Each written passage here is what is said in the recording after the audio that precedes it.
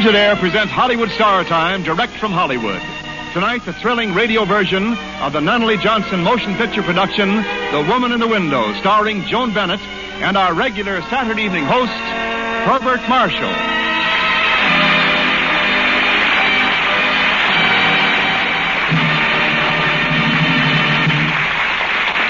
Good evening. With tonight's play, we hope to ingratiate ourselves with all American wives who sometimes have occasion to leave their husbands alone for a week or two. Tonight we show rather forcefully just what might happen to these temporary bachelors should they stray even minutely from the paths of righteousness. Supplying the beauty and the temptation tonight is our lovely guest, Miss Joan Bennett, from the original cast of The Woman in the Window. I myself shall play the part of Professor Richard Wanley, to whom alarming things suddenly begin to happen. Now, Joan Bennett and Herbert Marshall in The Woman in the Window.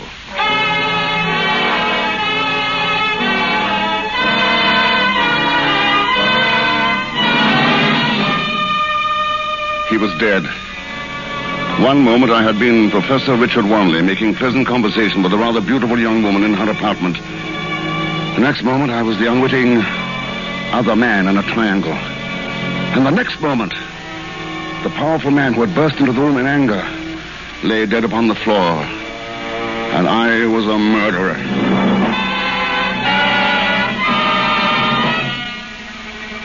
It had begun much earlier in the evening. I had just come back from seeing my wife and children off for 2 weeks in the country. I was headed for my club when I was attracted by a painting in the window of an art gallery next door to the Burgers Club. It was a picture of a singularly beautiful woman, and for a moment its beauty held me transfixed. Then... Well, Professor Wanley, you're flirting with our lady friend? Lala, how are you? Glad to see you again, Professor. And I'm delighted to see you, Lala. This district attorneying of yours keeps you away from the club far too much. It must stop, Lala. It must stop. When and if crime and murder will out, it will stop. Not before, I'm afraid. I was on my way into the Burgers Club when that lady in the window arrested my artistic appreciations. Extraordinary painting. Extraordinary woman, I'll bet, too. Come on up to the club lounge, Wanley. I'll buy you a drink.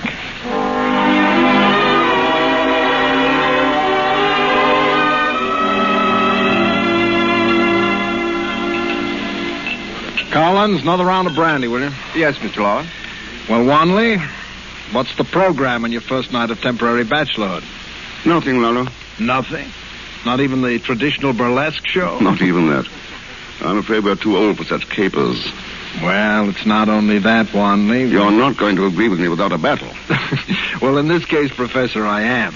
You see, in the office of the district attorney, we often see what happens when middle-aged men try to act like spry young colts. Oh, well. Mere trifle, casual impulse, a drink too many, meaningless flirtation, and disaster. You make a book in this armchair at the club. Sound very snug and desirable, Lalo. Go on. Wanley, we live an immensely complicated existence, with immensely complicated dangers lying in wait for us. Dangers that start from nothing. It's frightening if you think of it. Well, you frighten me. And nothing but that one drink too many you're talking about will drown my fears. Collins, what about that brandy?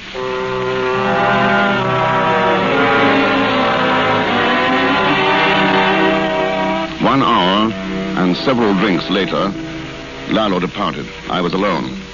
I selected a book from our club's library and settled myself comfortably in a leather armchair. Oh, Collins. Yes, Professor Wanley? Bring me one more brandy, will you please? Yes, sir. And would you be good enough to remind me to go home at 10:30? 10:30? I'll remind you, sir. Thank you, Collins.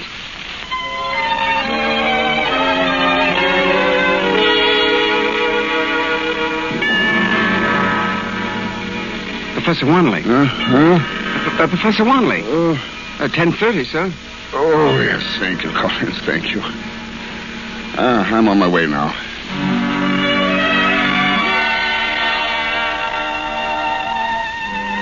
A minute later, I was strolling down Fifth Avenue again, and again I was stopped by that haunting portrait, the woman in the window. I stepped closer to the window to study the thing more closely. Then, from behind me, a sudden voice. Do you like it? Beg your pardon? Do you like it? Oh, you're it. I mean, you posed for that portrait, didn't you? Yes. Oh, it's excellent, and it's very lovely. Is it yours? No, I wish it were. Then I wouldn't have to come here and watch people's faces as they look at my picture. Oh, is that what you do? When I'm lonely, yes. Oh, I'm very sorry. If there's anything that Let me help you. How do you mean? Well, I'm not married, I have no designs on you, and one drink and some cheerful small talk are all I need to cheer me up tonight. Well, I am married. I have no designs either, and I could at least try to make interesting small talk. Thank you. I'll call a taxi. Oh, no, my apartment is just around the corner. Your apartment, Well, it's only a minute. Come on, let's walk.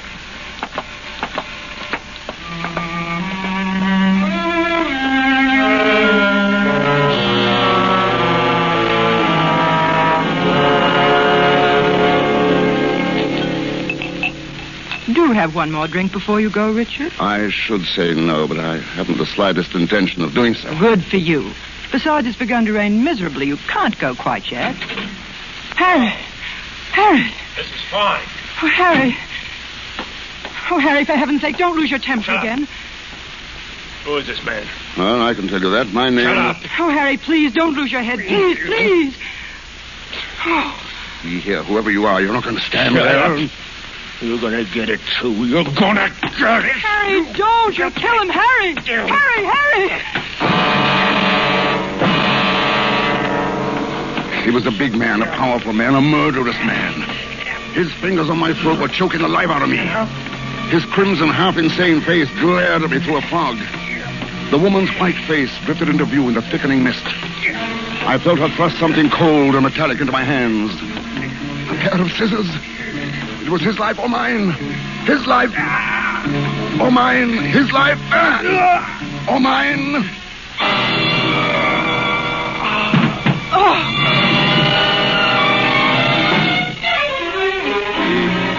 He tried to kill me. Are you all right? I'm all right. He's dead. Dead? What's his name? Harry Howard. At least that's what he told me. Don't you know? I hardly know anything about him. He never talked about himself. What he did, where he lived, nothing. No one ever even saw us together.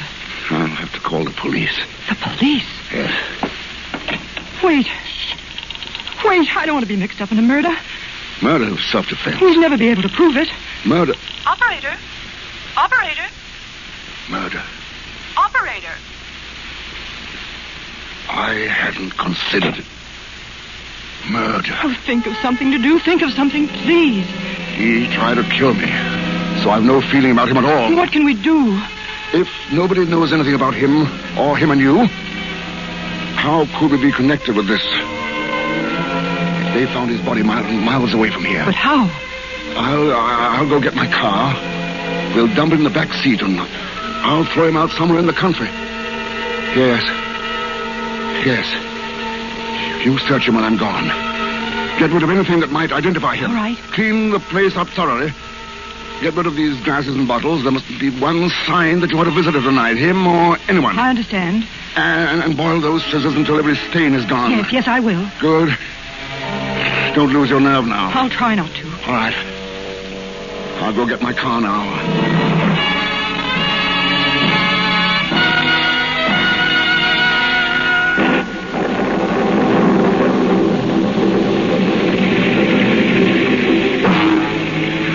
I got my car and came back. Loaded the body into the back seat. I drove north for over an hour in the drenching rain, thinking over and over, I've killed a man. I've killed a man. Far out in the country, I pulled the car off the road and doused the lights. Staggering, I carried the heavy body into the underbrush and dumped it over a barbed wire fence, cutting my wrist painfully on one of the barbs. Then, out of there, escape! I had to get out of there before I went to pieces. Before I screamed murder to the whole world. Before I gibbered. Murder! I confess! Escape! Right, get away!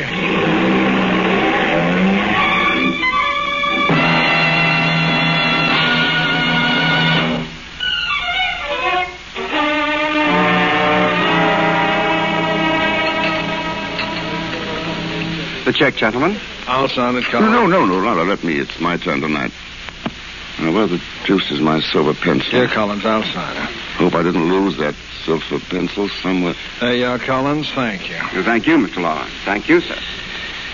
Now then, I'll have to leave you, Professor. That Claude Mazard case, you know. What? Claude Mazard? No, he disappeared yesterday. One of the biggest figures in public utilities in Washington. Left Washington yesterday for New York. Hasn't been seen since. Well, just because a man doesn't report for a day, you can't assume he's been murdered. Well, I didn't say he was murdered. Didn't you? No. Although he was.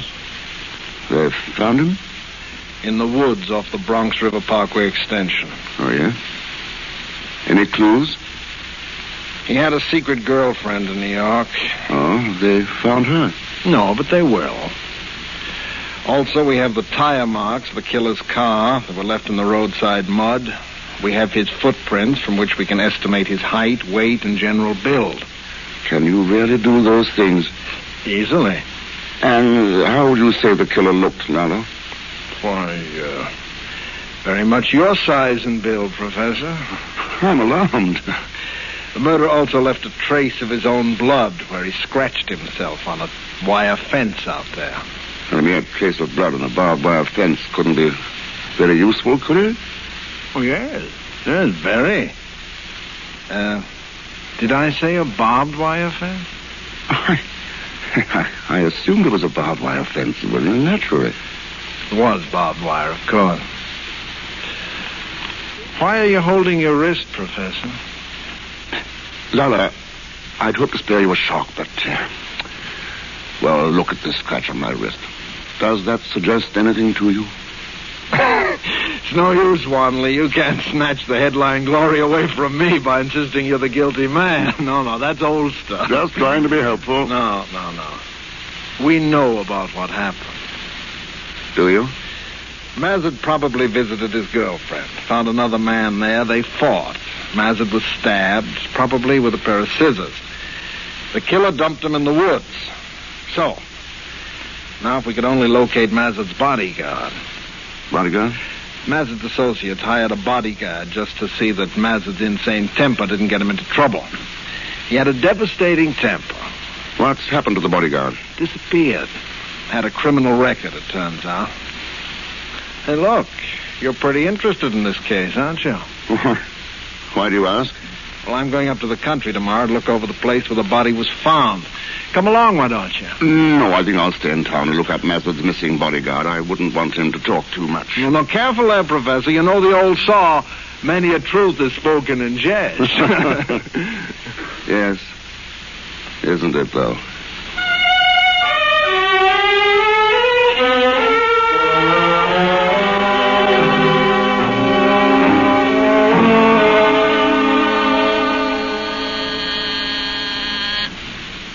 Yes, I'm coming.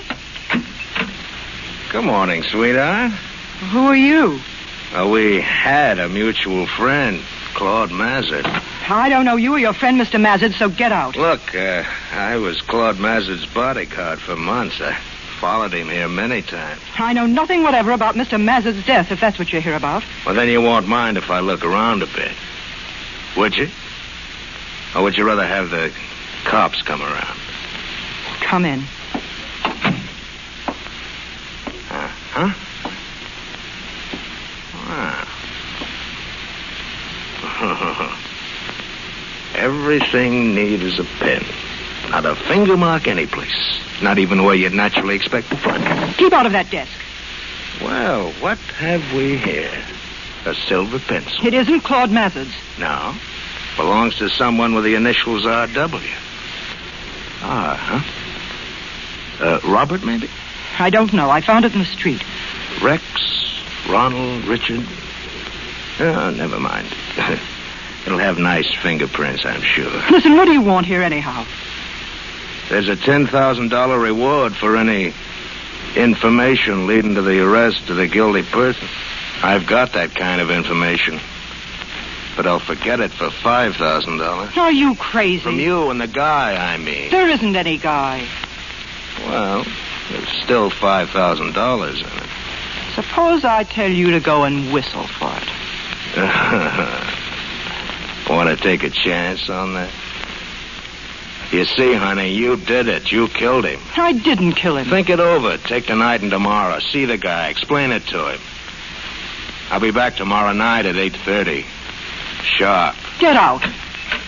Better have $5,000, sister. In cash. Oh.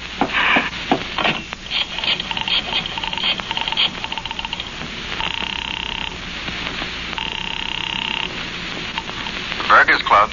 Burgers Club, let me speak to Professor Richard Wanley at once, please. It's important. Very important.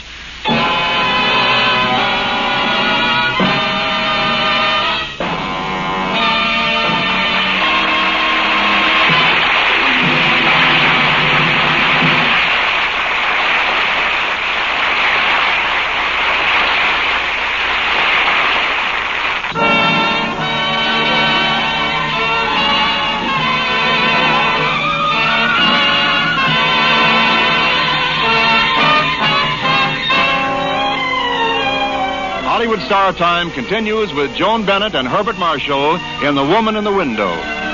Joan Bennett appears by arrangement with Diana Productions, producers of The Secret Beyond the Locked Door. Now Act 2 of The Woman in the Window.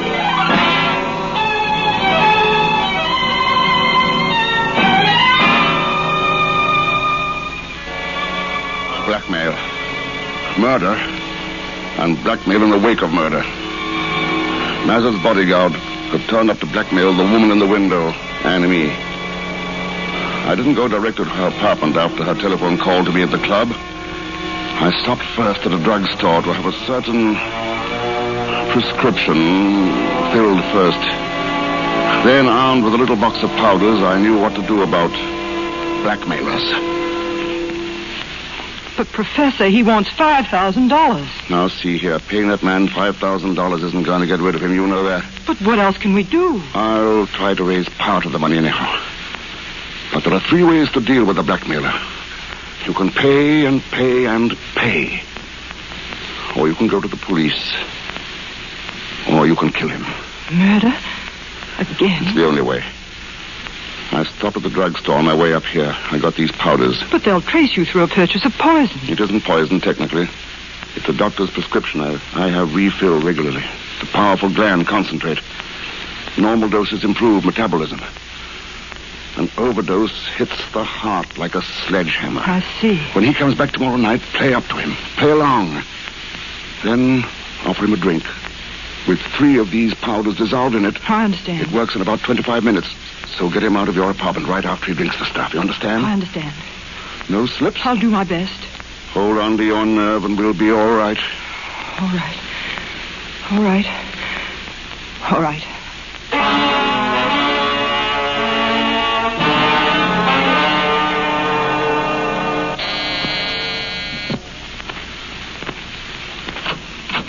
Good evening, sweetheart. Come in. 8:30 sharp, like I said. Yes. Hey, you're looking pretty sharp in that gold dressing gown. Oh, thanks. Thanks very much. Is all that for me? Well, I'm glad if you like it. Of course. Yeah, Mazard certainly could pick 'em. Now, what about the $5,000? $5,000 is a lot of money. Murder's a lot of homicide. Oh, I couldn't raise all the money on such short notice. How much you got? $2,900. Well, let's have the 2,900, sister, and hurry it up. Oh, I have it here in my handbag. Large bills. Not too large. Hey, smart girl. I like you. Here's the cash. Thanks. You're pretty cute, you know that? Is the 2,900 all right? It'll have to be for now. I think I need a drink after this. What about me? Oh, I'm sorry. I'm having bourbon and soda. So am I, darling. Make it 2. I'll make them now. Tell me, honey, where's the boyfriend all this time? I've told you there is no boyfriend. What? Can't hear you with your back turned toward me. I said there is no boyfriend. That's what I thought you said. Listen, what kind of a guy is he, anyway, letting you cover up for him and then do the dirty work? Oh, what's the use of trying to tell you anything? There's your bourbon and soda. Yeah, forget that a minute. How'd you like to get out of this mess? What do you mean? I like you. Why not chuck this whole game and go away someplace with me, huh? Go away with you? Think about it a minute. I am thinking about it. When would we leave? Sooner the better. Tomorrow morning. That's a deal. Well, shall we drink to that? I don't know. But don't you want your drink? No, I don't think so. Tell you what, you drink it, huh? I've got my own drink. Well, you take my drink, now take yours. Yeah, that's it. Well, go on, drink it. Drink it, I say. I can't. What do you take me for, a stupid kid? I don't know what you mean. You don't know what I mean. That drink was dope, poison. No. You're lying. Tried to give you a break. I tried to get you out of a jam and you double-crossed me. Well, to break your beautiful neck. All right. Now, because you're such a smart little double-crosser, I'm going to give you another job. I want the rest of this $5,000 and another $5,000 by tomorrow night. How do you like that? It's no use. I can't get it. Well, try anyway. I'll be back tomorrow night to see what luck you had. It better be good. What'll I do? What am I going to do?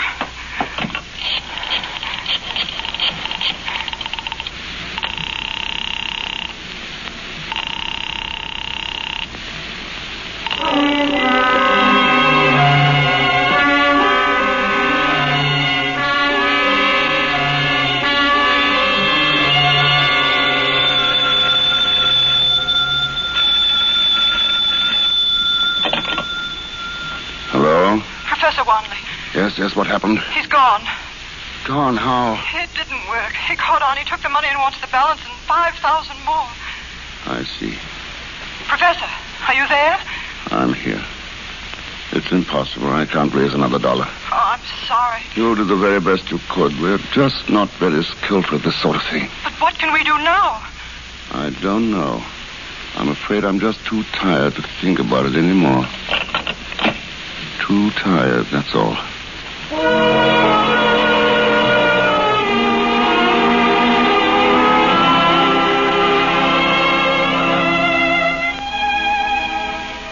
So this is it. This is what my friend Lalo meant by the immensely complicated dangers awaiting us. Dangers that start from nothing. An impulse, a casual flirtation.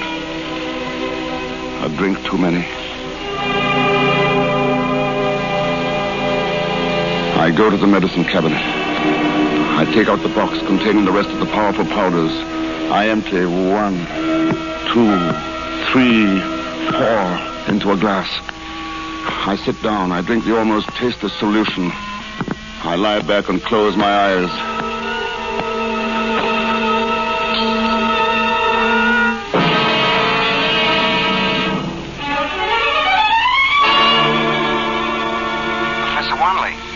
Professor Wanley. Oh, sir, what? Professor Wanley. It's 10:30, sir. What? 10:30, Professor. You told me to remind you to go home at 10:30. Oh, yes, Collins. Thank you. You saved my worthless life. I beg your pardon, sir. I was having a dreadful dream. Are you all right, sir? Oh, yes, Collins, I'm perfectly all right. Good night. Good night, sir. Pleasant dreams.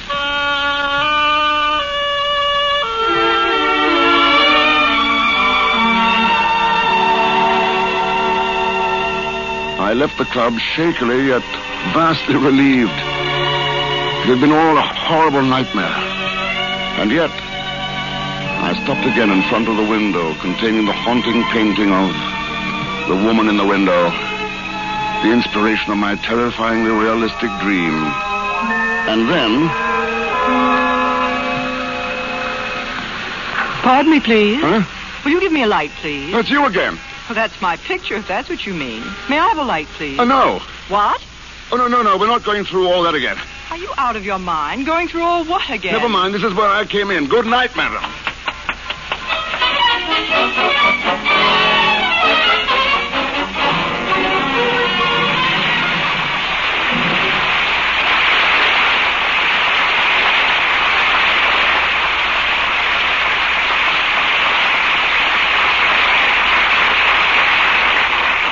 Thank you, Joan Bennett and Herbert Marshall, for your exciting performances in The Woman in the Window.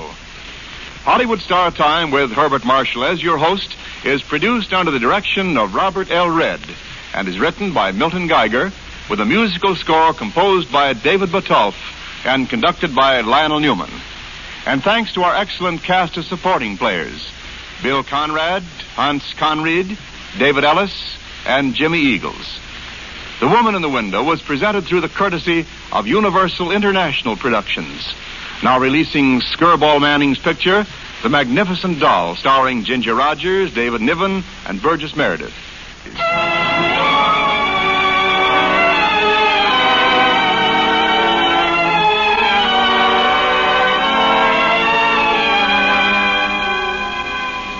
Now here again is your Hollywood Star Time host, Herbert Marshall. Thank you, Wendell Niles. And my deep appreciation to tonight's star, Joan Bennett, for making life so delightfully miserable for me in The Woman in the Window. Next week's Frigidaire offering is a matter for the sheriff rather than the district attorney. For next week, our play is that stirring, prize-winning classic of the West, Walter Wanger's Stagecoach. And our stars, John Hodiak and Virginia Bruce. Yes, remember, next week at the same time when Frigidaire presents Stagecoach, starring John Hodiak and Virginia Bruce, and your regular Frigidaire host, as ever, Herbert Marshall. Until next Saturday night, good night.